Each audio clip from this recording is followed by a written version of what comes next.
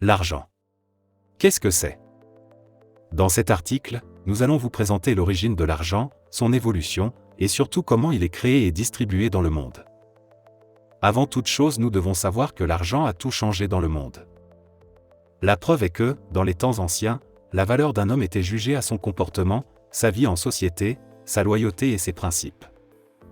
Aujourd'hui, avec l'arrivée de la monnaie au Moyen Âge, la valeur d'un homme est souvent jugée en fonction de ce qu'il dispose comme biens matériels, autrement dit des richesses. Richesses qui ne s'acquièrent que par le biais de l'argent. Tout le monde veut en avoir, et il devient l'épicentre du monde. Les hommes triment à la recherche de l'argent. Il devient la finalité de toute chose dans ce monde. Une citation de Alexandre Dumas l'illustre bien: l'argent est l'argent, quelles que soient les mains où elle se trouve. C'est la seule puissance qu'on ne discute jamais. Alors c'est quoi l'argent? Pourquoi a-t-il été créé? Nous allons essayer de répondre à ces questions que vous vous posez sûrement. L'histoire de l'argent est passionnante. Pendant des milliers d'années, il n'a pas seulement servi de moyen de paiement et de réserve de richesse. Il a également été une unité de compte, c'est-à-dire un système qui nous permet de fixer des prix et d'enregistrer des dettes. Son origine est aussi polémique que sa définition. Les archéologues, les historiens, les philosophes et les économistes ont leurs propres théories sur l'acceptation des humains lorsque les premiers systèmes commerciaux nés après le troc ont vu le jour. Le troc est un système économique primitif excluant l'emploi de la monnaie. C'est un échange direct d'un bien contre un autre. L'argent avec le temps s'est développé sous plusieurs formes. Alors nous parlerons de l'évolution de la monnaie. Je sais ce que vous vous dites. Vous pensez sûrement que l'argent renvoie à la monnaie. Avant de continuer, nous allons vous expliquer pourquoi nous parlons ici de monnaie et non d'argent comme l'indique notre article. L'argent et la monnaie sont deux termes qui sont si étroitement liés l'un à l'autre qu'il ne semble presque y avoir aucune différence entre les deux. Beaucoup ont confondu le fait que l'argent et la monnaie se réfèrent à la même chose et sont donc utilisés de manière interchangeable dans de nombreux contextes. Il existe cependant quelques différences entre ces deux termes. L'argent est un moyen qui peut être échangé contre des biens et des services. Il ne change pas ou n'évolue pas avec le temps. La monnaie, quant à elle, est perçue comme une unité de compte assez rare et précieuse. Elle est évolutive. La monnaie trouve son origine dans des transactions effectuées il y a des milliers d'années à l'aide des céréales, de gammes d'argent, d'objets en argile, de coquillages ou de graines de cacao, jusqu'aux pièces de métal officiellement frappées par les rois de l'Irak antique. Comment les céréales ou encore des graines de cacao peuvent être considérées comme monnaie? Eh bien, la monnaie est ce que l'on donne pour avoir un bien ou un service en échange. Sans l'existence de cette dernière, le troc resterait la seule forme d'échange. C'est-à-dire donner ce que tu produis contre ce que l'autre produit. Alors ces céréales ou pièces de cacao étaient acceptées par tous contre des services et des produits. Bien plus tard, quand les pièces devenaient lourdes à transporter, les billets ont été créés en Chine. Et récemment, il y a 70 ans, lors des négociations politiques secrètes, un billet vert appelé dollar est devenu la monnaie la plus puissante du monde. Nous allons vous raconter l'histoire de la naissance et de l'évolution de la monnaie. Nous sommes 5000 ans avant Jésus-Christ où les habitants vivent du troc. Ils échangeaient les biens qu'ils produisent contre un autre sans toutefois avoir besoin de la monnaie. Tout se déroulait bien et personne ne se plaignait. Peu de temps après, les limites du troc ont été dévoilées. Tout était bien lorsque les marchandises avaient la même valeur. Par exemple le maïs et le blé. Par contre, il était très difficile d'échanger des biens de valeurs différentes. Nous prenons l'exemple d'un berger et d'un agriculteur. Le berger lui veut du maïs en échange de bœuf. Deux produits à valeur très différente. Que faire? Les habitants ont pu trouver une solution en instaurant le principe de crédit. Ce principe est basé uniquement sur la confiance des uns envers les autres. Il se déroulait de la façon suivante. Le berger prend le maïs chez les agriculteurs plusieurs fois et lorsque cela atteint la valeur d'un bœuf, l'agriculteur pourra prendre son bœuf. À cette époque, les impôts se payaient avec des biens que produisaient les habitants. Le roi de la Mésopotamie se sentant ainsi dépendant de ses sujets, car il devait à chaque fois aller vers eux pour collecter des vivres en guise de paiement pour les terres qu'il les octroie. C'est ainsi qu'il décide de créer une monnaie. Il s'agirait d'une ressource dont lui seul aurait le contrôle et qu'il pourrait produire de lui-même. C'est ainsi que les premières pièces de monnaie voient le jour. Il craignait que les habitants ne l'acceptent pas et il instaure une loi selon laquelle les impôts devraient être payés avec ces pièces de monnaie.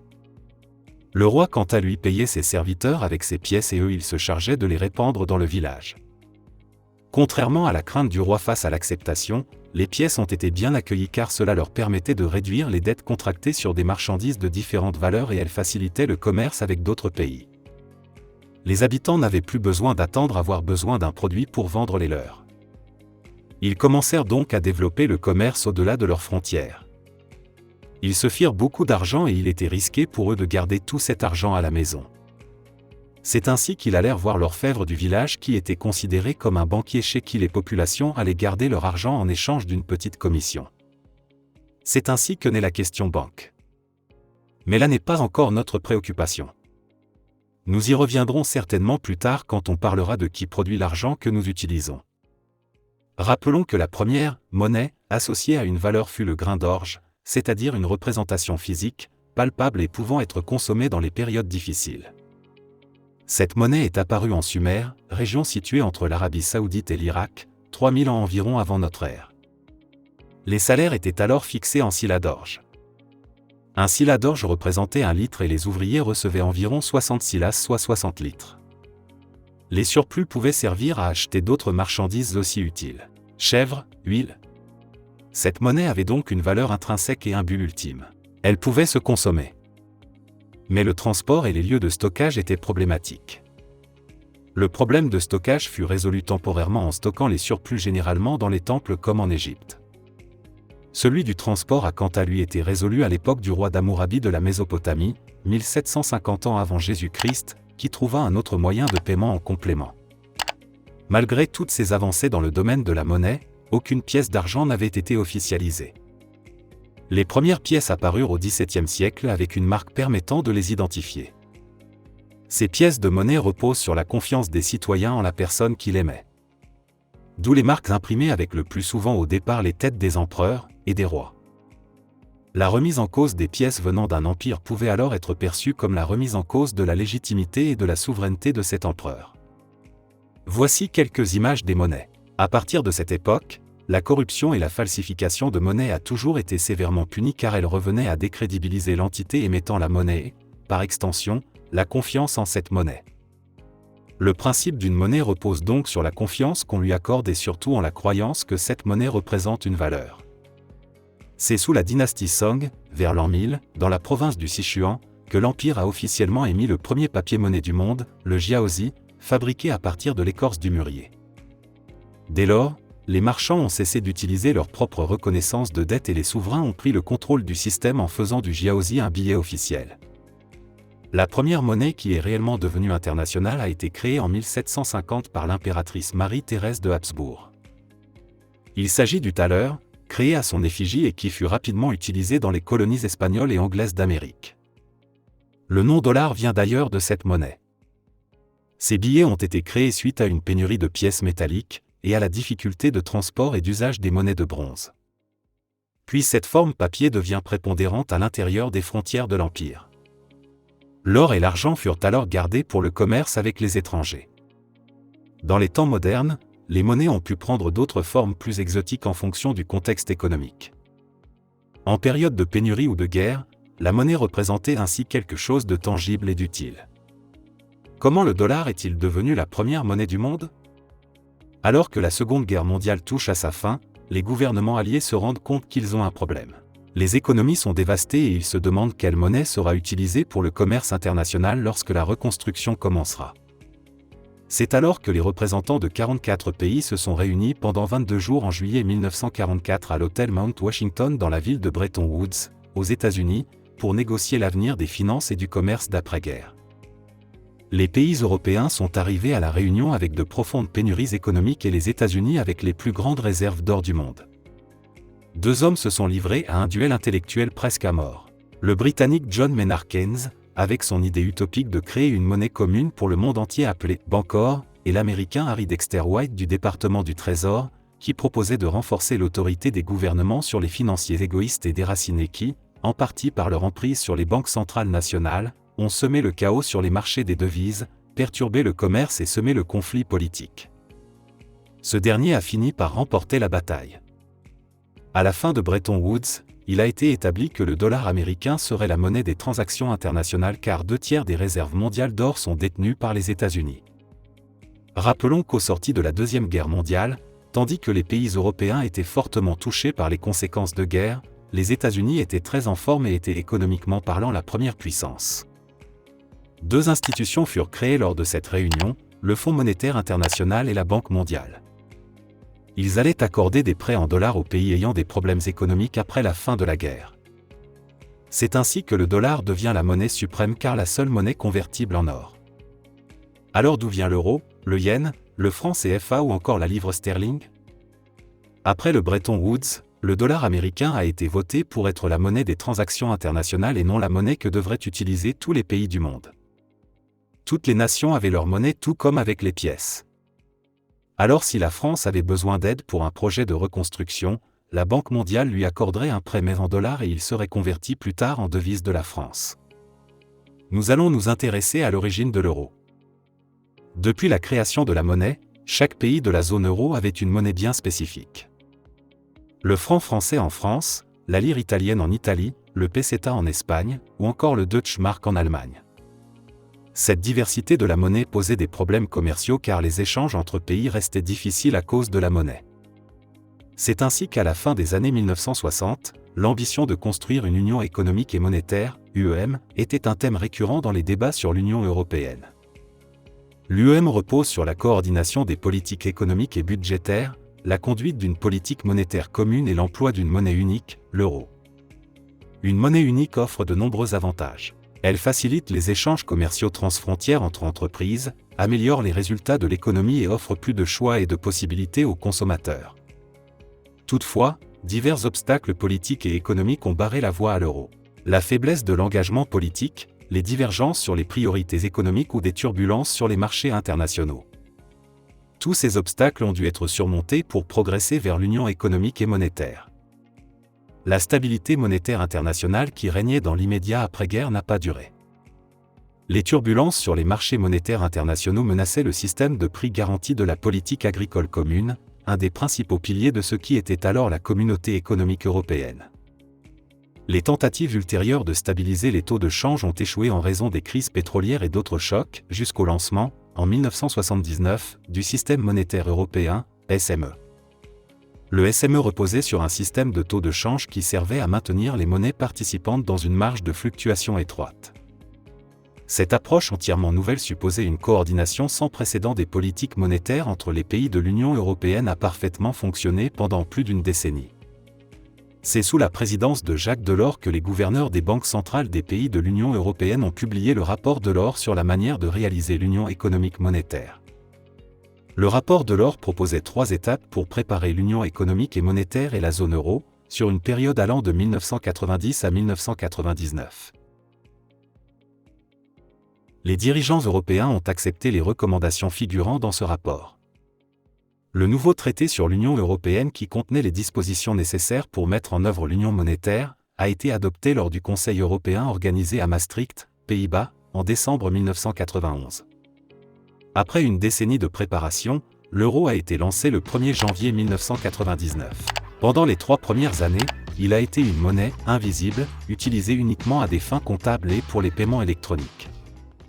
Les pièces et les billets ont été mis en circulation le 1er janvier 2002, et le plus grand changement de monnaie de l'histoire a eu lieu dans 12 pays de l'Union européenne. Nous venons de passer en revue la création de la monnaie et son évolution à travers le temps. Alors nous nous posons tous la même question. Qui crée l'argent? Nombreux sont ceux qui pensent que les banques produisent de l'argent. Déjà vous devez savoir que les banques ne produisent pas d'argent. Elles ne se contentent pas non plus de prêter l'argent qu'elles ont reçu en dépôt. En réalité, elles créent de la monnaie à partir de rien, à la demande des entreprises et des ménages qui sollicitent des crédits. Alors à chaque fois qu'un crédit est sollicité, c'est de l'argent qui se crée. Contrairement à ce qu'on l'on pense, une banque ne prête pas l'argent que les épargnants ont placé chez elle, en tout cas pas uniquement, elle prête de la monnaie qu'elle crée, qui ensuite circulera dans le circuit économique pour revenir dans les banques sous forme de dépôts. Les dépôts ne font donc pas les crédits, ce sont les crédits qui font les dépôts. L'opération permet d'avancer les fonds nécessaires à la création future de richesses ou de revenus. Le rôle des banques traditionnelles dites commerciales est donc triple. Créer la monnaie, collecter et gérer les dépôts de leurs clients et faire circuler la monnaie entre les comptes. Voici ainsi présentés les 3 rôles des banques traditionnelles de manière explicative. Dans un premier temps, les banques prêtent aux entreprises, aux particuliers et même à l'État pour leur permettre de financer leurs projets ou encore production future. La création monétaire consiste pour la banque à créditer le compte de dépôt de l'entreprise. Ensuite, l'entreprise paie les dépenses liées à son cycle de production en utilisant l'argent disponible sur son compte de dépôt bancaire et c'est ainsi que la monnaie créée commence à circuler dans l'économie. Les salariés ou les ménages reçoivent leur salaire sous la forme d'un virement de l'entreprise sur les comptes de dépôt à la banque. Ces derniers font à leur tour faire circuler la monnaie sous forme fiduciaire ou d'argent physique en achetant des services ou des biens produits par des entreprises. Ceci traduit un retour à la source. L'argent quitte ainsi du compte des salariés vers le compte des entreprises. L'entreprise paye ainsi ses dettes à la banque avec des intérêts et le cycle recommence. On peut voir les banques comme une gigantesque pompe qui crée, fait circuler, puis aspire l'argent nécessaire au fonctionnement de l'économie. Voilà ainsi présentée la création et la circulation de la monnaie. Alors à quoi nous sert l'argent ? Autrement dit, quelle est son importance dans notre quotidien ? L'argent est un sujet de préoccupation majeure pour la plupart des individus. Il est important surtout pour la sérénité et la sécurité personnelle. C'est un véritable luxe de ne pas manquer d'argent. Cela nous permet de mieux gérer la vie quotidienne. Si vous en doutez, ou si vous pensez que l'argent ne fait pas le bonheur, demandez à ceux qui n'en ont pas le stress que ça les procure. L'argent nous permet de nous épanouir, de nous projeter dans le futur et de réaliser tous nos projets. Il permet de créer des souvenirs, de partager des moments précieux avec d'autres personnes. De nos jours, le monde tourne autour de l'argent. Pour se loger, se vêtir, se nourrir ou encore se déplacer, il vous faut de l'argent. Il faut travailler durement pour ne point en manquer. Mais alors, l'argent en plus du bonheur qu'il nous procure a la capacité de nous rendre esclaves. Pourquoi ? Prenons un exemple d'une personne qui a suffisamment d'argent pour subvenir aux besoins primaires de sa famille, c'est-à-dire se loger, se vêtir, se nourrir et s'éduquer. Cette personne entre systématiquement dans la recherche du luxe que l'argent devrait nous procurer. Il commence à travailler 2 fois plus pour s'acheter le dernier téléphone ou une nouvelle voiture. L'homme étant de nature insatisfait, il sera toujours à la recherche de plus pour avoir un niveau encore plus élevé à celui qu'il a actuellement. Alors nous rejoignons ici la célèbre citation indienne qui stipule que le travail est censé nous aider à nous épanouir, mais lorsqu'on n'a plus de temps pour s'épanouir à cause du travail, ça devient de l'esclavage. Voilà ainsi présentée la création, la distribution et l'importance de l'argent dans le monde. Parti du troc pour le scylla, du scylla pour les pièces d'argent et enfin arrivé au dollar, nous constatons que la monnaie est évolutive. La Banque mondiale a su gérer l'après-guerre, les problèmes de reconstruction et aider dans le développement des pays d'Afrique et d'Asie. Mais en 2008, le monde faisait face à une énorme crise financière. De cette crise est née une autre forme de monnaie, la monnaie scripturale, encore appelée crypto-monnaie. Elle se déploie de façon rapide dans le monde et son acceptation n'a pas été difficile en Europe et en Amérique. Dans les prochains articles, nous vous parlerons certainement de la crypto-monnaie. Si vous avez aimé la vidéo, merci de vous abonner, liker et partager sans oublier d'activer la cloche de notification pour ne pas manquer nos publications. À très bientôt sur Masael Media, l'information au cœur de l'action.